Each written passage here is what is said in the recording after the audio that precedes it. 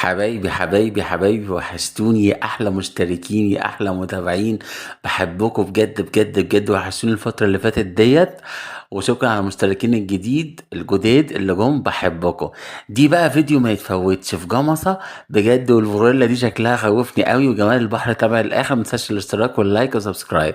شايفين يا جماعة شكل الغوريلا والكائن التاني الكبير ده؟ بجد منظرهم يخوف، يعني هو داخل كده زي ما انتم شايفين في النجمة، كان محشور المكان كان ما كانش ايه، كان ضيق قوي. المكان ده يا جماعة هنا في الكورنيش الجميل بتاع جمصة. وبجد جمصة السنة دي بجد تحفة. ما اقولكوش على الجمال والتجديدات اللي بقت موجودة في جمصة. العيش. بحبك يا جمصة. بحبكم يا متابعيني يا جمال. وشرفتوني ونورتوني يا أحلى وأجمل وأغلى متابعين. دي بقى هنا الكورنيش بتاعها طبعا هنا. تقريبا كان افتتاح كافيه او حاجة، فكان بقى الناس كتار زي ما انتم شايفين كده. وانا بصور بقى الكورنيش، وكانت بقى الناس كلها ملمومة بقى وكده وايه. وكانوا قاعدين ايه في المكان ده. هنا بقى جمال البحر يا جماعة.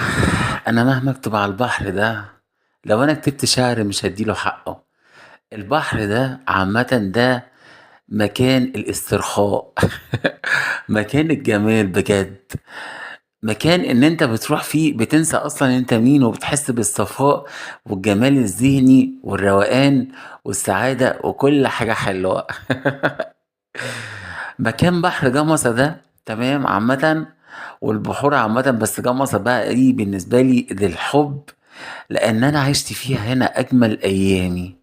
عارفة اما تمشي بجد على البحر كده، وفي كل حتة تبقى ليك ذكرى جميلة، موقف حلو، ايام الفرحة وايام الجمال وايام السعادة.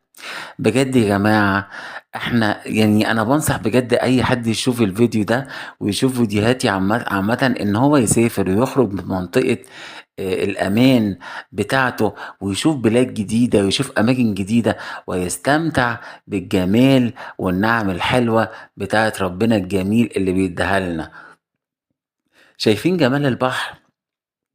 شايفين حلاوته؟ اه البحر ده بقى انت تقع عليه كده شوية.